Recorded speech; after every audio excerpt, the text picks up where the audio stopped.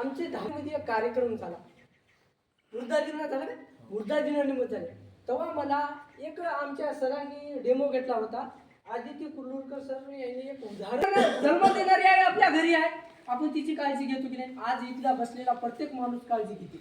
आपल्या आईला तब्येत बिघडली, काय झालं की आपण काय करतो, तिला दवाखान्यात घेतो, तिची ट्रीटमेंट करतो, आपण काळजी घेतो तिची.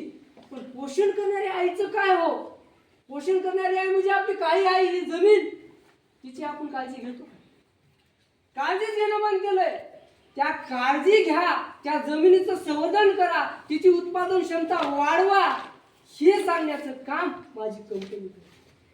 आणि औषध कोणते फवारा, आज तुम्हाला मी त्याबद्दल जास्त बोलणार नाही. हे डेमो जे दाखवलेले आहेत, आपल्याला नॅचरल पद्धतीनं काही फवारलं पाहिजे, हे सांगण्याचं काम माझी कंपनी करते. आणि त्याचे डेमो सुद्धा तुम्हाला देणार आहे. मी जास्त सांगणार नाही याच्याबद्दल, संक्षिप्त माझे मित्रमंडळी सांगतील. आता बघा, प्रकल्प चालू आहे असा, म्हणजे आपण काय करतो, जमिनीचा ऱ्हास करण्याचं काम करतो. त्याच्यामधून सरळ सरळ पाणी वाहून जाते आणि सुपीक जमीन खाली निघून जाते. हे तुम्ही हे बंद करा. जमिनीतलं बांधं टाकून जमिनीची सुपीकता करते. दुसरं कोणतं प्रोडक्ट विकत नाही. आता हे कंपनीचं माझ्या काम झालं. आता माझी कंपनी म्हणलं तर मी अभिमानाने सांगतो, माझी कंपनी हे सामाजिक जागृतीचं काम करते. कोणत्या पैशाच्या लोभानं काम करत नाही. शेतकऱ्याला 2 पैसा मिळावा म्हणून माझी कंपनी काम करते.